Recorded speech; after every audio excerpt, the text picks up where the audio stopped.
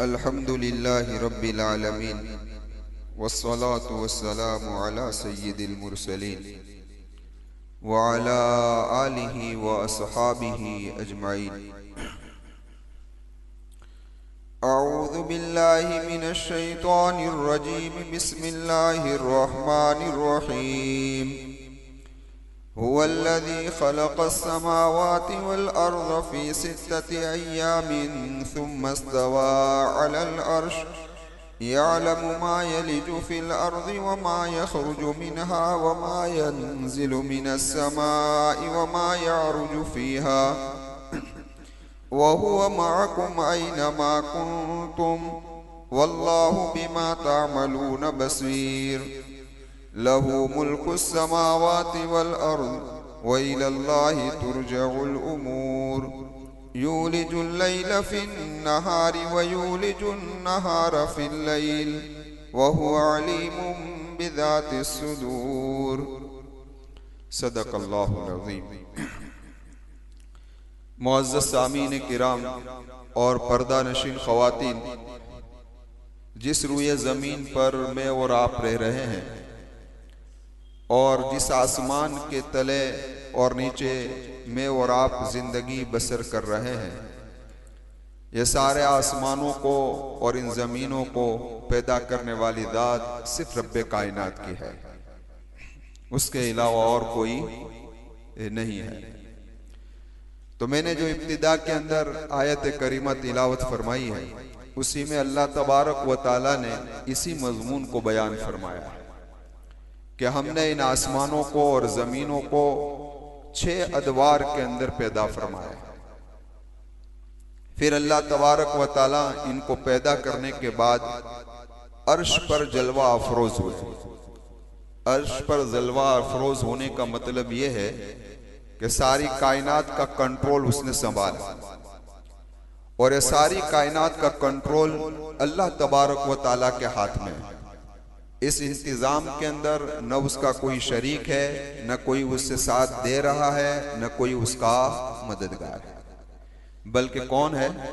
अल्लाह है, जो इस सारे निज़ाम को अल्लाह तबारक व ताला चला रहा है। इसी को रब्बे कायनात ने फरमाया, वही वो ज़ात है कि जिसने आसमानों को पैदा किया और ज़मीन को फी सित्तति अय्याम, 6 दिनों में। कितने दिनों में? 6 दिनों में। देखिए, ये दीन का जो लफ्ज़ यहाँ पर आया है, उस दीन से मुराद ये 24 घंटे वाला दीन मुराद नहीं है। समझ में आई बात? ये 24 घंटे वाला दीन मुराद नहीं है। क्यों?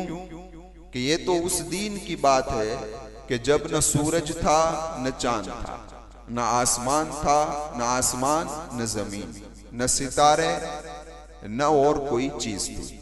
उस वक्त के दीन की मुराद। तो यहाँ कौन सा दीन मुराद है? तो वो अल्लाह तबारक व ताला का दीन मुराद है। उस दीन के बारे में कुरान करीम में सूरह हज के अंदर फरमाया, फ़इन्न यौमन इंद रब्बिका कअल्फि सनतिन मिम्मा तउद्दून, कि अल्लाह के नजदीक एक दिन तुम्हारे दिनों के हजारों दिनों के बराबर है। कितने दिनों के? हजारों। और एक जगह पर फरमाया सूरह मारिज के अंदर, फी यौमी मिक़दारुहु खमसीन अल्फ सना, के 50,000 साल के बराबर। इससे उलमा ने यह बात लिखी है कि बस इस कायनात को पैदा करने के अंदर और बनाने में कितना वक्त लगा है वो अल्लाह ही जानता है, वो हम नहीं जानते। समझ में आई बात? इसलिए मैंने तर्जमा किया 6 अदवार में पैदा किया। अब जरा गौर करें, ये मैं भी जानता हूं, आप भी जानते हैं कि कुरान करीम का मकसद ये नहीं है कि अल्लाह ने कैसी चीज कैसी तरह बनाई, क्यों बनाई, किस तरीके से बनाई। ये कुरान का मकसद नहीं है। कुरान का मकसद नहीं है कि किसी चीज की हकीकत को बयान करे कि ये ऐसी है, ये ऐसी है। ये कुरान का मकसद नहीं है। कुरान का मकसद अल्लाह की कुदरत को समझाना है, अल्लाह की हिकमत को समझाना है। एक कायनात में बसने वाली इंसानियत, तुम अल्लाह की कुदरत को देखो कि इतना बड़ा आसमान बगैर सुतून के बना दिया कि जिसका कोई सुतून नहीं है। तुम उसकी कुदरत को जानो, तुम उसकी कुदरत को पहचानो और पहचान कर उसकी इबादत करो, उसको मानने वाले बन जाओ। तो मकसद अल्लाह का क्या है भाई? हाँ, कुदरत को समझाना है, हिकमत को समझाना है। इसलिए फरमाया कि हमने आसमानों और जमीनों को 6 अदवार के अंदर पैदा फरमाया। वरना अल्लाह तबारक व ताला अगर चाहते हैं तो कुदरत कामिला से लफ्ज कुन कहने से हो जाता है। इन्नमा अमरुहु इज़ा अराद शयअन अन यक़ूल लहु कुन फयकुन, हो जा वो हो जाए। अगर अल्लाह चाहता तो इसी तरीके से कर देता। उसकी कुदरत कामिला में है, उसकी कुदरत से कोई चीज बाहर है नहीं। लेकिन कायनात में बसने वाली इंसानियत को एक सबक देना था और एक बात समझानी थी कि मैं रब हूं। मैं कौन हूं? मैं रब हूं। और रब हर काम को तदरीजन करता है, आहिस्ता आहिस्ता आहिस्ता आहिस्ता कर कर उसको हद कमाल तक पहुंचा देता है। उसी को रब कहा जाता है। मैं चाहता हमल ठहर जाता, फौरन बच्चा बड़ा हो जाता, फौरन हमल निकल आता, जवान हो जाते, कामकाज में लग जाते, इस सब पर मैं कादिर हूं। लेकिन मैं रब हूं। मेरा काम हर एक आहिस्ता आहिस्ता होता है। और कायनात में बसने वाली इंसानियत को यह सबक भी देना था कि देखो, तुम भी अपने कामों को अंदर जल्दबाजी से काम न करना। किससे काम न करना? जल्दबाजी न करना। इस बिना पर कि किसी काम में आहिस्तगी और किसी काम में पुख्तगी यह रहमानी काम है, और किसी काम के अंदर जल्दबाजी ये शैतानी काम है। कौन सा है भाई? इसलिए फरमाया कि किसी भी काम में तुम जल्दबाजी न करना। जल्दबाजी करोगे तुम्हारे काम खराब हो जाएंगे, फिर तुम्हें नदामत और अफसोस होगा, तो उससे कोई फायदा हासिल नहीं होगा। तो यह सबक असल समझाना था। इसलिए अल्लाह तबारक व ताला ने कायनात को जो पैदा फरमाया वो 6 अदवार के अंदर पैदा फरमाया। खैर, कायनात पैदा हो गई, सारा निजाम बन गया। फिर क्या हुआ? तो सुम्मस्तवा अलल अर्श, अल्लाह अर्श पर मुस्तवी हुआ। कहां मुस्तवी हुआ भाई? हाँ, अब जरा ये मसला समझना है। कुरान करीम का ये जुमला जो है वो कुरान करीम में 7 जगह पर आया है। कितनी जगह पर आया है? सूरे आराफ में आया, सूरे यूनुस में आया, सूरे राद में आया, सूरे ताहा में आया, सूरे फुरकान में आया, सूरे हदीद के अंदर आया। कहाँ आया? यहाँ भी आया, सूरे हदीद के अंदर आया। खैर, कुरान करीम का ये जुमला 7 जगह पर आया। 7 जगह पर लाकर कुरान करीम ने दरअसल मुशरिकीन की तरदीद कर दी है। एक बात की, मुशरिकीन क्या कहा करते थे? मुशरिकीन ये कहा करते थे कि इस कायनात को पैदा करने के बाद अल्लाह ने हर एक अलग अलग डिपार्टमेंट बनाया है। क्या बनाया है? डिपार्टमेंट बनाया है।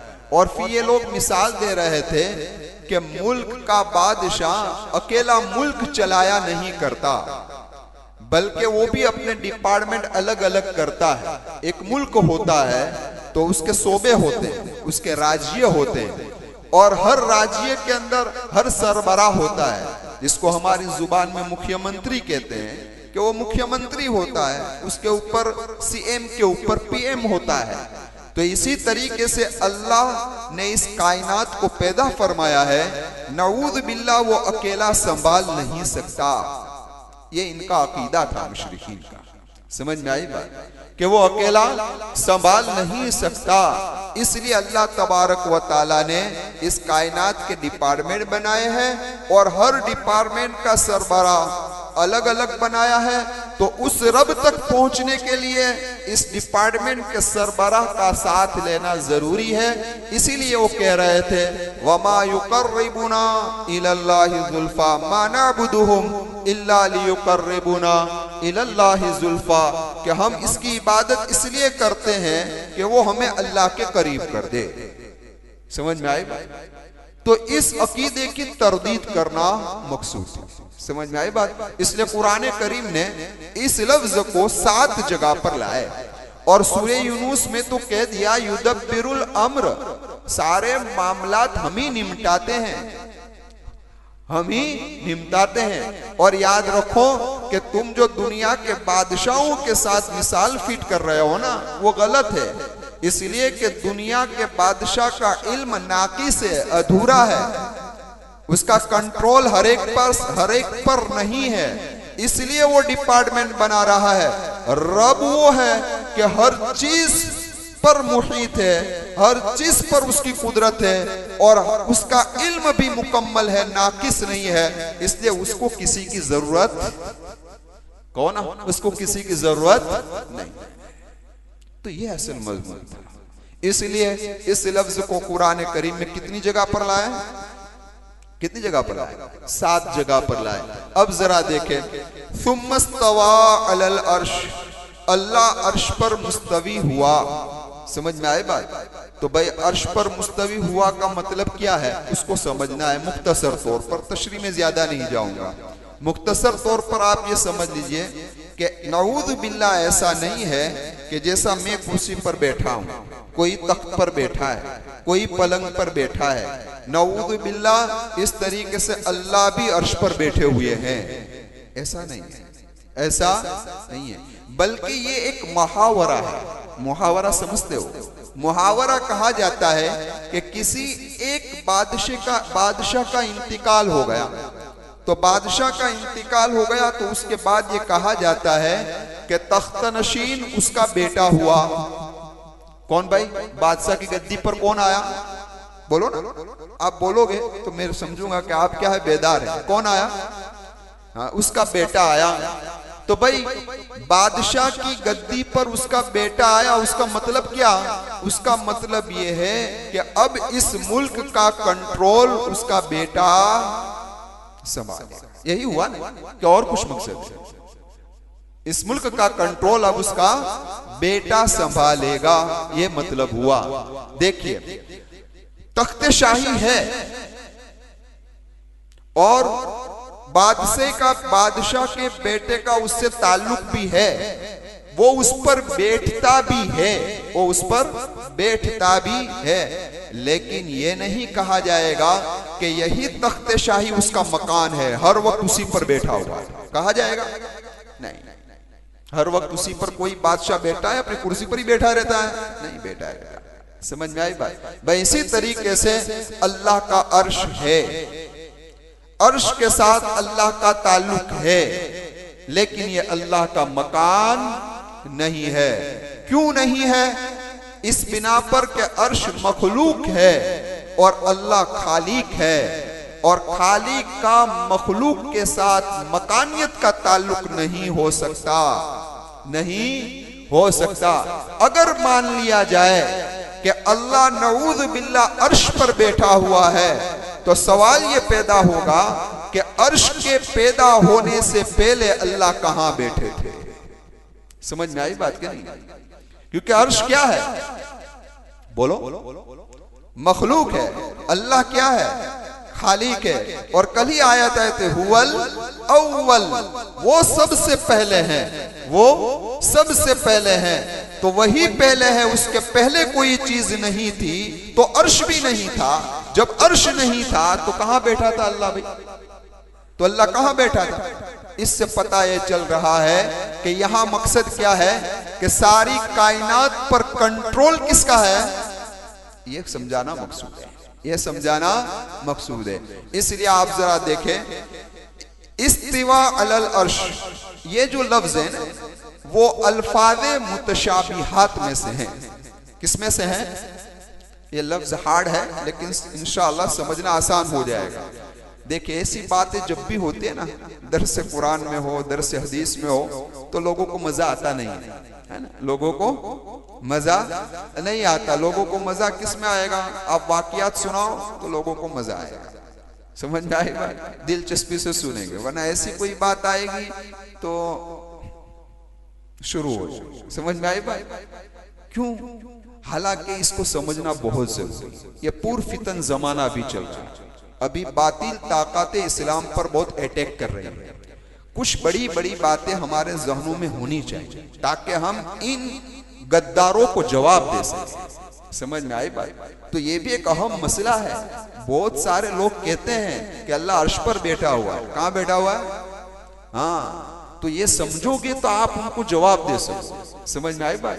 इससे थोड़ी तवज्जो चाहूंगा, ज्यादा नहीं। तो इंशाल्लाह समझना, इतना तो समझ गए, समझना इंशाल्लाह आसान हो जाएगा। तो मैं अर्ज कर रहा था, ये इस्तिवा अलल अर्श, अल्लाह अर्श पर मुस्तवी है, ये अल्फाज़े मुतशाबिहात में से, किसमें से है? अल्फाज़े मुतशाबिहात। अब मुतशाबिहात अल्फाज कुरान में जितने हैं, मसलन कुरान में है कि अल्लाह का चेहरा है, कुरान में है कि अल्लाह का हाथ है, कुरान में है कि अल्लाह की पिंडली है, हदीस में है कि आखिरी रात को अल्लाह नीचे उतर आते हैं, है ना? हदीस में है कि जब बंदा नमाज पढ़ता है तो अल्लाह सामने खड़े रह जाते हैं। तो ये सब अल्फाज से क्या मुराद है? इनको अल्फाज़े मुतशाबिहात कहा जाता है। क्या कहा जाता है? अल्फाज़े मुतशाबिहात। तो अब जरा देखो, अल्फाज़े मुतशाबिहात जितने हैं इसके बारे में उलमा के दो मसलक है। कितने मसलक? एक मसलक तफवीज है, एक मसलक तावील है। अब मसलक तफवीज किसको कहते हैं उसको समझिए। मसलक तफवीज कहा जाता है जो हमारे मुतकद्दिमीन का मसलक था, हमारे असलाफ और सहाबा का मसलक था। क्या मसलक था?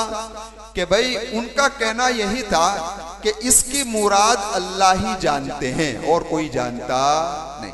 समझ में आई बात? इसलिए सहाबा का इन जैसी बातों के अंदर साफ और सुथरा अकीदा था कि वो लोग ऐसे अल्फाज की तहकीक के अंदर जाते ही नहीं थे। बस वो यही कहते थे कि इन अल्फाज की मुराद अल्लाह जानता है, हमारा उस पर ईमान है। बस बात हो गई खत्म। समझ में आई बात? इसलिए इमाम मालिक रहमतुल्लाहि अलैहि के पास भी एक शख्स आया था और उसे यही कहा था कि इस्तिवा अलल अर्श का क्या मतलब है, कि अल्लाह अर्श पर मुस्तवी है, क्या मतलब है? तो इमाम मालिक रहमतुल्लाहि अलैहि के सामने जब ये सवाल किया गया तो आप पर एक गम तारी हो गया। इस गम के तारी होने पर आपके जिस्म के अंदर पसीना आ गया और जब गम जाता रहा तो आपने ये कहा कि इस्तिवा का माना हमें मालूम है, माना है इसका तर्जमा हमें मालूम है कि इस्तिवा किसे कहते हैं।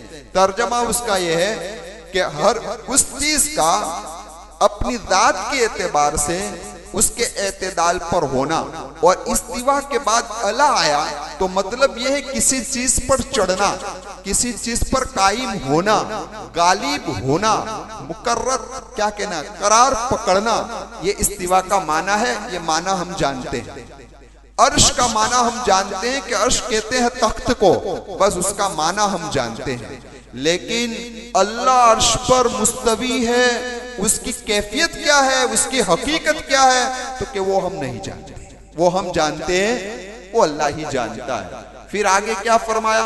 आगे ये फरमाया कि हम उस पर ईमान रखते हैं, और फरमाया कि ऐसा सवाल करने वाला बिदअती है, लिहाजा तू आगे जाके गुमराह हो जाएगा, तू मेरी मजलिस से निकल जा, तू मेरी मजलिस से निकल जा।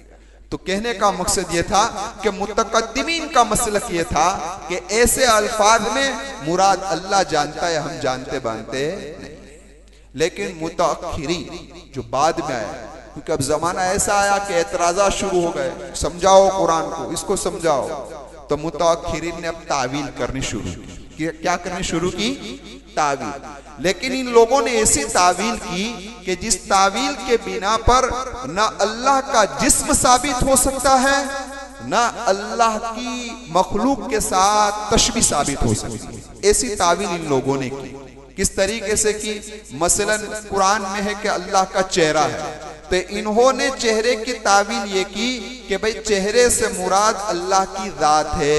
क्या है? अल्लाह की जात है। अब उन्होंने एक मिसाल के जरिए समझाया। वो मिसाल इस तरीके से कहा कि अगर आप किसी से नाराज हो तो आप ये कहते हैं चेहरों देखार तो नहीं। क्या कहते हो आप? चेहरों देखार तो नहीं। तो उससे क्या मुराद है? बोलो ना। आप किसी को यूं को कि तारो चेहरों मने ना देखार तो मकसद क्या है कि तू मारा सामे आवतो नहीं, तू आखू जिस्म मारा सा में आवतू नहीं। ये है आप ये मुराद लेते हो कि चेहरा मत दिखाना, कि पर्दो करीने आखू जिस्म लेने आवजे। कोई ये मुराद नहीं लेता कि चेहरा पर ढाकी ने तू आवजे मारा सामने, એવું કોઈ મુરાદ નથી લેતું। બધી એમ જ કે ભાઈ તું આવતો નહીં, तो आपने चेहरा बोला, मुराद पूरी जात को लिया। बस इसी तरीके से अल्लाह ने कुरान में कहा उसके चेहरे का जिक्र है, मुराद उसकी पूरी जात है। बस इसी तरीके से यहाँ इस्तिवा अलल अर्श के अल्लाह अर्श पर मुस्तवी हुआ, उससे मुराद ये है कि सारी कायनात का कंट्रोल और कब्जा अल्लाह ने अपने हाथ में अंदर संभाला है। समझ में आ गई बात। इसीलिए शाह साहब रहमतुल्लाहि अलैहि फरमाते हैं, शाह साहब ने फरमाया कि अल्लाह की तजल्ली या आदम अर्श पर पड़ती है। किस पर पड़ती है? अर्श पर पड़ती है। इसलिए जब तजल्ली या आदम अर्श पर पड़ती है तो अर्श की नीचे जितनी भी चीज है वो सारी के सारी उससे मुतासिर होती है और उसके असर को कबूल करती है। लिहाजा कायनात का दर्रा दर्रा इस तजल्ली के असर से मुतासिर होता है। अब जरा देखो अर्श कहाँ है, मुख्तसर तौर पर समझ लो। यह आसमान, उस आसमान के ऊपर दूसरा आसमान, दोनों के दरमियान में फासला कितना?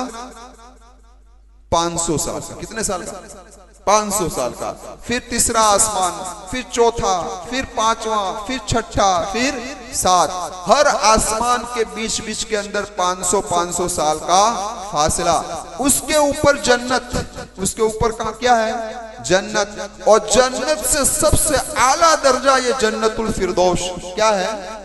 जन्नतुल फिरदौस। जन्नतुल फिरदौस की जो छत है ना, उसका साया ये अर्श का साया। किसका साया है? अर्श का साया।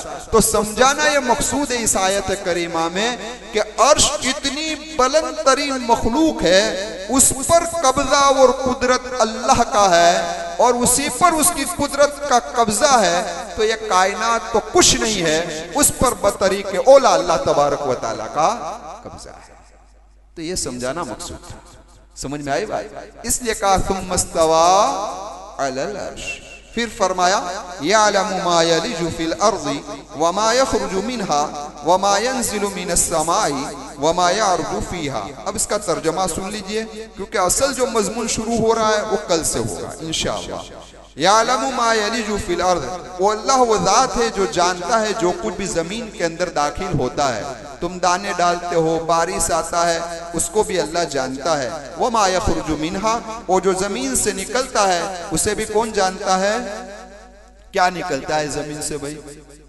पानी निकल रहा है, गैस निकल रहा है, पेट्रोल निकल रहा है, डीजल निकल रहा है, मादानी सोना चांदी जो कुछ भी, लोहा जो कुछ भी निकल रहा है अल्लाह उसे जानता है।